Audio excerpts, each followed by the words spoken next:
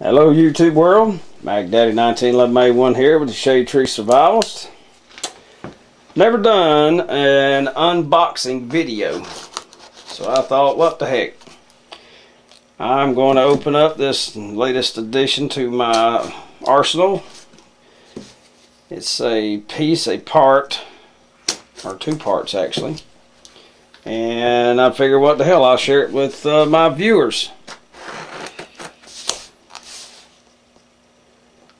But like I said, I've never done an unboxing video before, so I don't know if it'd be interesting to you or not. Let me make sure the camera can see all this. Indeed it can. Oh! And of course, right there. I'd see if that's on there and I edit it out. But I got two pieces that I ordered. One of them's very little. But that is the Sage International. Well, see if I can get my dang gum hand in the darn video. That is the cover that goes over the hole in the side of the Sage International stock for my rifle, where the automatic switch on the side of the rifle would be on a military rifle, and that's what that is. It's the M14 FACC full automatic cutout cover is what it stands for, and I'm not sure if that's aluminum or plastic. It's cold to the touch, but anyway, got that little bitty part. And I also got a real honest God Magpul. So if I can get my darn camera here so I can see it. AFG angled foregrip. I want to try it out. And I saw ASC Blue Eye using one on his rifle. And so I decided, which I like the forward vertical grip okay that I bought for my rifle. It's alright, but I wanted to give this baby here a shot and see how it's going to come out. But I think that's going to handle right good. And you got this piece here that you can take out. You can put this flat piece in there, and I can not even hold it up for the camera. I apologize for that. Haven't done one of these before, but it's honest to God made in USA FG1 Magpul. And I figured since I sort of stole the idea of the mag snatch for Magpul, might as well give them some money, you know what I'm saying? We'll install those here in just a little bit. And this is where I got it from. US Tactical out of Albany, Oregon. And I've been waiting on it for 5 days. It came in on time, just exactly when it was supposed to be here via UPS. I think they're advertising for the Drudge Report and Infowars.com, HomelandSecurityUS.com, 11:20 a.m., 8 p.m. of Monday through Friday. That's pretty cool. And check out their little sticker. We ought to put that on the front of on the book I keep for my M14 M1A. But anywho, I just thought maybe you guys would like to see some of the gear. Like I said, ASC Blue Eye. I'll get it right here in a minute. I just got off work. It's late at night. I'm tired. But I saw that on his rifle, and I thought, man, that is the bomb. I love the way he handles that. Now, they make a smaller version of this, but I wanted a bigger version because it's a bigger rifle, and I want as much grip area as possible. So I'll go get the rifle and install this thing and see how it comes out. Alright, good morning YouTube world. Got my the vertical foregrip installed last night. Not vertical foregrip, excuse me. The Magpul AFG angled foregrip, the original model, the AFG1. Got it installed last night, as well as the Sage International full automatic cutout cover. that covers the hole in the side of the chassis. Before you go and purchase one for your Sage International chassis, you need to understand right up front, you will have to modify this piece. Alright? I was shocked. Never thought about it. Didn't even cross my mind when I purchased it. A cat here. Did not even cross my mind when I purchased it. It may not slide right on like you think it's going to, because this is pretty much designed for an AR-15 platform, and I had to do a little modifications. So I'll zoom in on it and show you what I did. Okay, Magpul AFG angled foregrip. Like I said, I think it's designed specifically for the AR platform, and because the Sage International chassis is pretty much square or rectangular, however you want to look at it, it's not rounded on the very corner here. It's squared. The side of it right here at the very front would not fit past that front corner. Just would not do it. And I'm thinking, well, crap. If I send it back and get the smaller version, because they make an AFG2 that's smaller than this, it may also not fit, and then I'm gonna have to pay a 20% restocking fee. To hell with that. Not to mention the FedEx or UPS charge to send it back out there. That is not Mac Daddy's idea of a good time. So I sat down and thought about it, because this is a heavy duty plastic, and you go screwing around with power tools, you're going to end up ruining it more than likely. So I thought about it for, I don't know, 5 minutes. I got my butt up, went into the back room to a gunsmith and supplies, and I got out my 8-inch 4-in-hand file rasp. Okay, and I just slowly but surely took enough off so it would just slide on there without applying any pressure to it. Because if you apply pressure to it and you hit you accidentally drop it or whatever, it's going to crack that plastic. Didn't want to do that. I want to give myself enough room, enough leeway to actually get it done without destroying the piece, because that baby's $33. Now, I don't know if I could have got it any cheaper. I got this stuff from US Tactical out of Albany, Oregon, as I said in the first part of this video. And breaking a $33 part is not my idea of a good time. So if you buy an AFG from Magpul for your Sage International chassis, you need to know that up front. You will have to modify it. A file is the way to go, because you can go a little bit at a time. Okay? Which I had to take off about 1/4 inch. I'm going to zoom in on it, and I'm going to show you where this rib here is. I had to cut about 1/4 inch from that rib upwards to get it to fit. And here we go. But you can see this little rib right here on the side, and if I can get my darn camera tripod to work here, sorry about all the movement, folks. One of these days I'll have a trained camera person and a high quality camera and tripod to use, but not today. This little piece right here, it sticks out just a little bit, and I reckon it just gives you more surface area to grip or something, or maybe it's there to reinforce that front end. I'm not sure, but that's some heavy duty plastic. You hear me? That ain't no daggum cheap crap. That is a well-made part.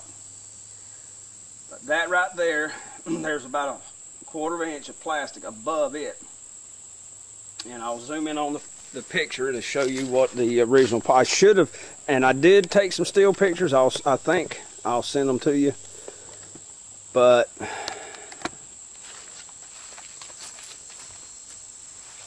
this is that rib, okay, and this much right up here is how much you had to cut off. I mean, it was at least a good not 1/4 inch. I apologize, 1/8 inch or so. But it took some doing to get it cut down. But I did it, 10-12 strokes, fit it. 10-12 more strokes, go fit it. 10-12 more strokes, go fit it.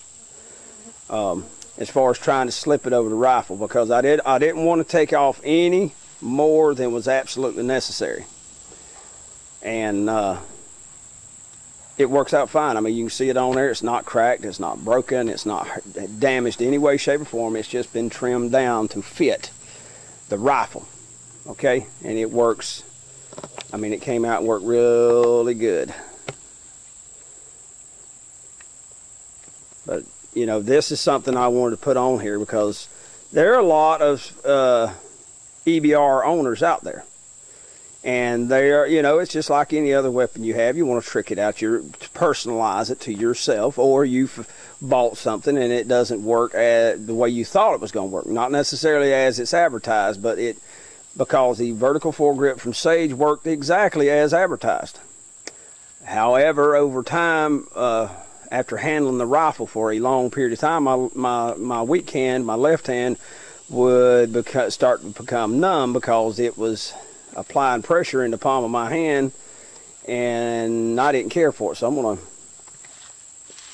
all right, here's my hand, and right in there, when I was pushing on it, it would be hitting that bone, and that's where one of your major nerves for your hand go into your, you know, through your wrist and into your hand, and that thing would just, it would go numb and it would go to hurting, and I did not care for that.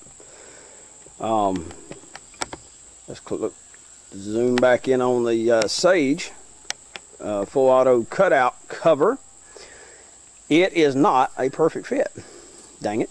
I saw ASC Blue Eye using his, and after the pressure point deal and it was making my hand numb, I decided I had to do something about that, and I wanted to try out that vertical foregrip because he had such good luck with it. But it handles, it seems like it swings a little bit easier, even though I probably only saved a few ounces, I'm not sure.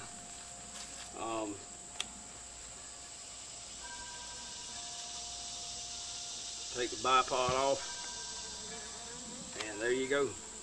I mean, it just seems like it handles so good, and I really like it. I really like it. I mean, but we'll have to see. It's just like the vertical foregrip. I really liked it.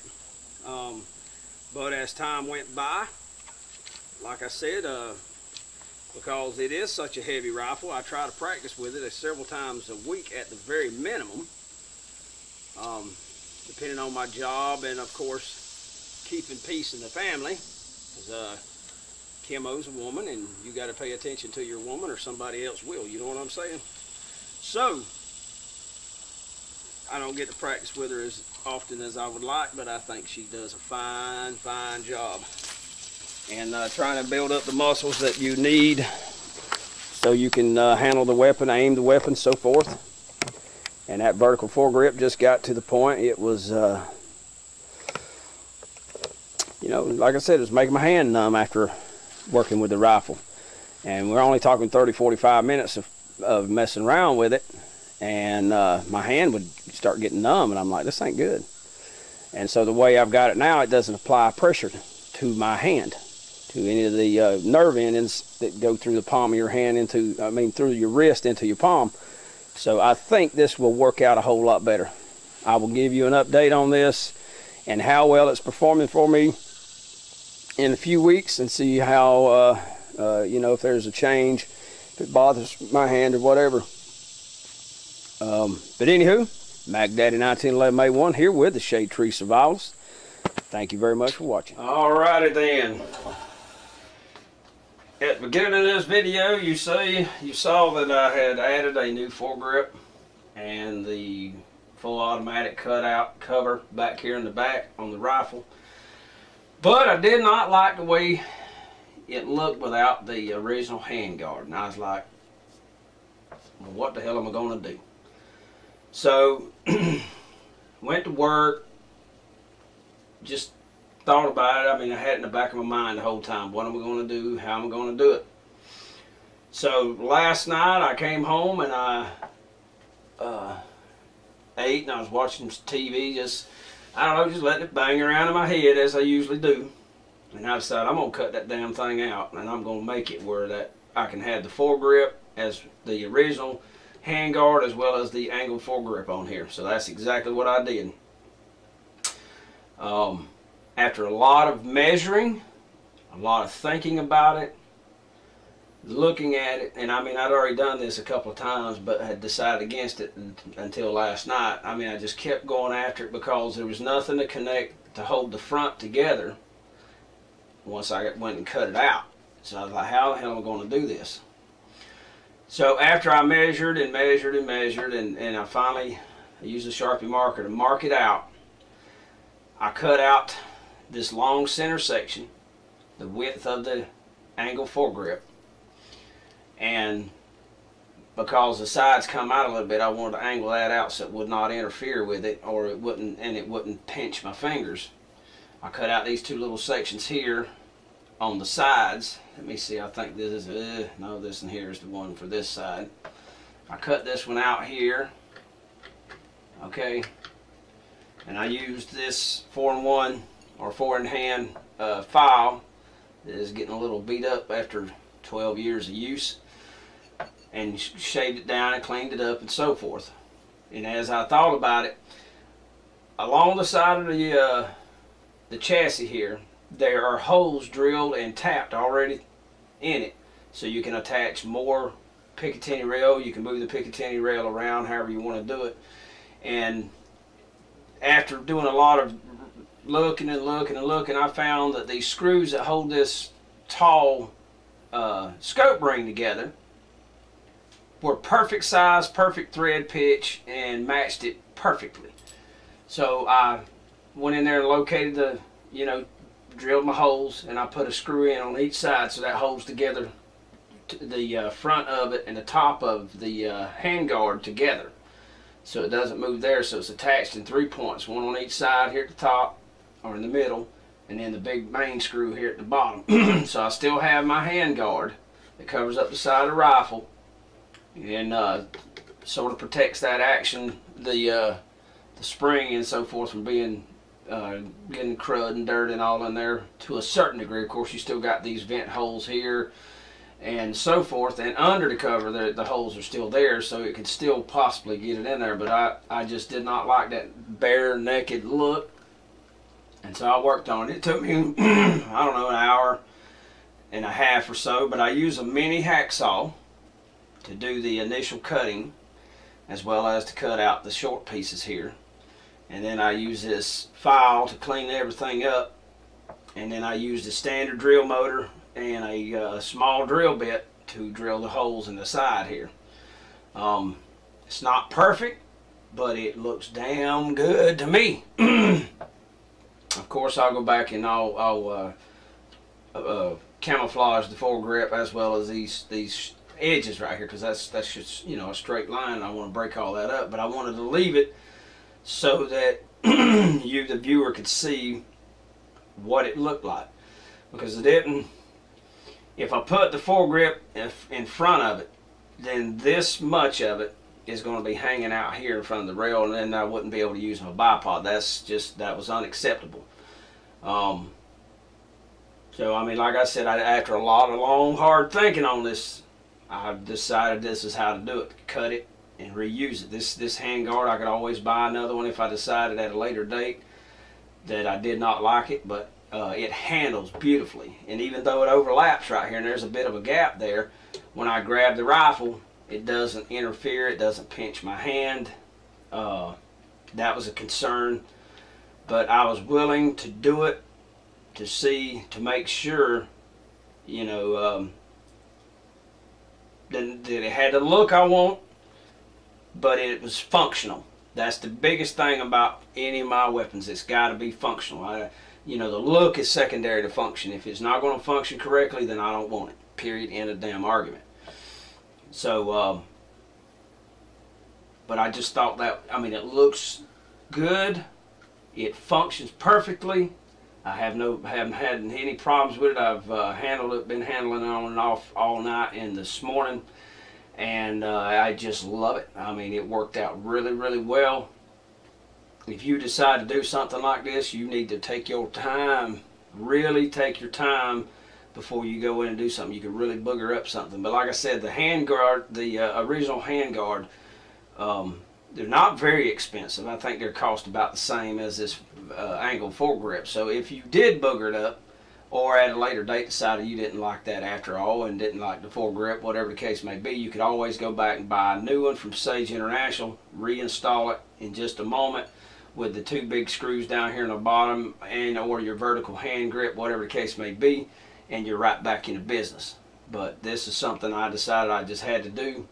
Now I've got the look I want, I've got the functionality I want, and it worked out really, really good. Now, before I go any further, I'm going to move the camera, and I got something else to show you. Voila! This is a National Match M14 flash suppressor with the bayonet lug. It is a Fulton Armory one, and I want to give a shout out to Ranger 4321, who in his latest video said that he was going to buy a Vortex and replace this particular flash suppressor.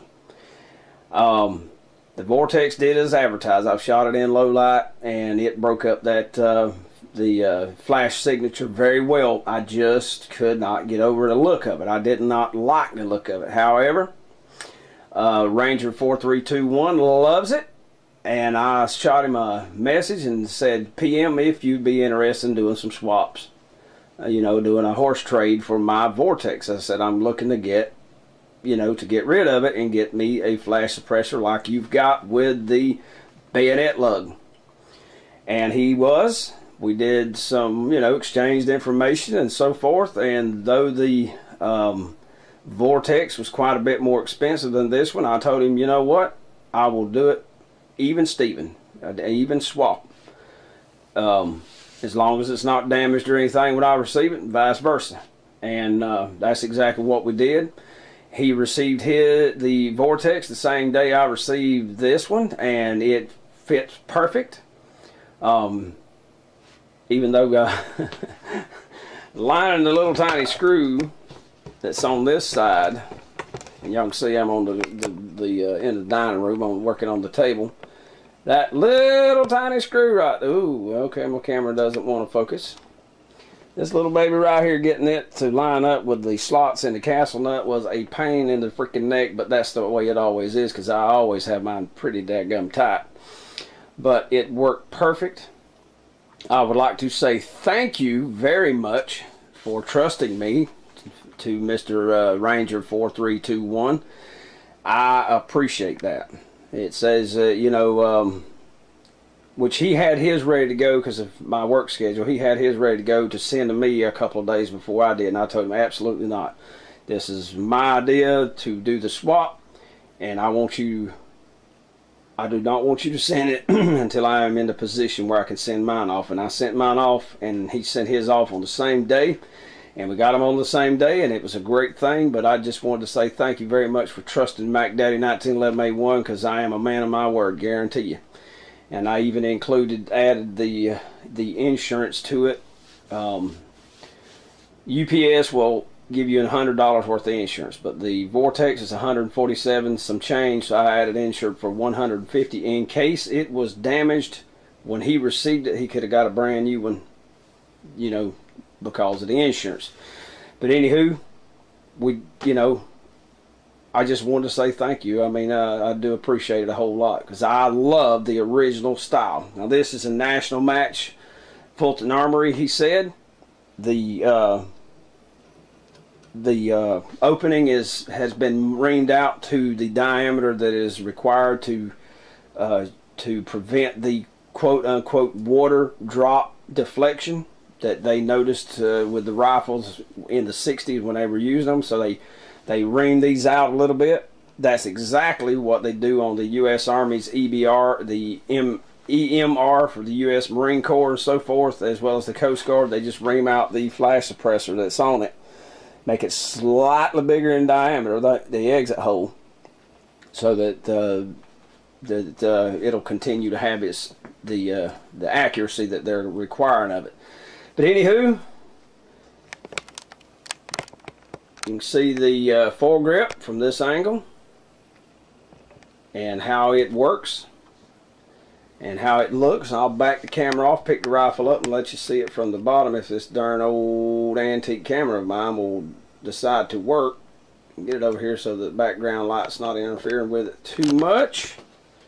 Okay, got finished angling with the camera, and this is what it looks like from the bottom without the bipod in the way. And here's the vertical or the angled foregrip, and here's the original handguard. You can see how it got cut out. Like I said, it's not perfect, but it functions, and that is what Mac Daddy's all about. Function. The hell with damn pretty. Pretty ain't got nothing to do with it. It's all about how well it works. And man, that baby looks sexy to me. 10-4 Roger. Move the camera around just a little bit. Sorry about all the banging and all, folks. But I just think that looks wonderful. But anywho, this is the unboxing video, all my new gear and stuff, and the modifications that I have applied to the new parts that I purchased for old Betsy. And I think she looks plumb sexy as a chicken with lips there, 10-4 Roger. And don't even ask me where I got that from. That's actually the football players on the high school football team used to say that. But anywho, this is Mac Daddy 1911A1 and old Betsy. Looking sexy as she always does. Thank you very much for watching. Y'all have a great day. Yeah, don't be freaking on me. I suppose the camera can get a good look at that. There's a snap cap in the chamber, alright.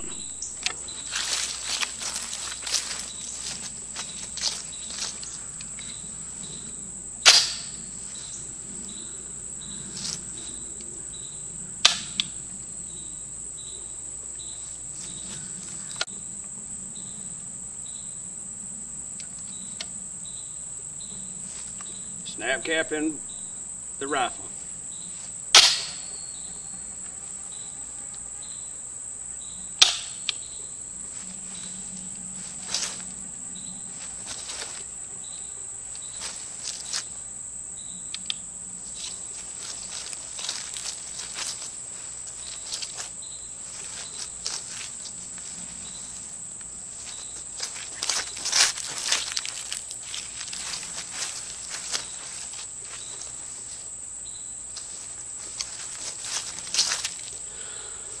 Gonna take some practice, that's for damn sure.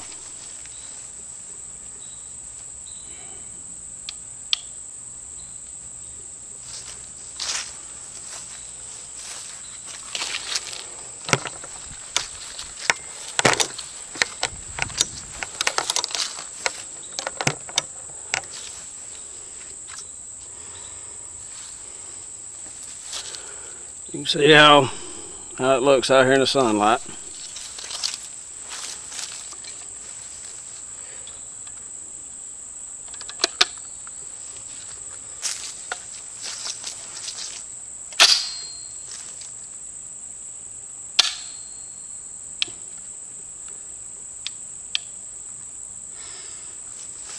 Definitely going to have to practice that damn snapshot.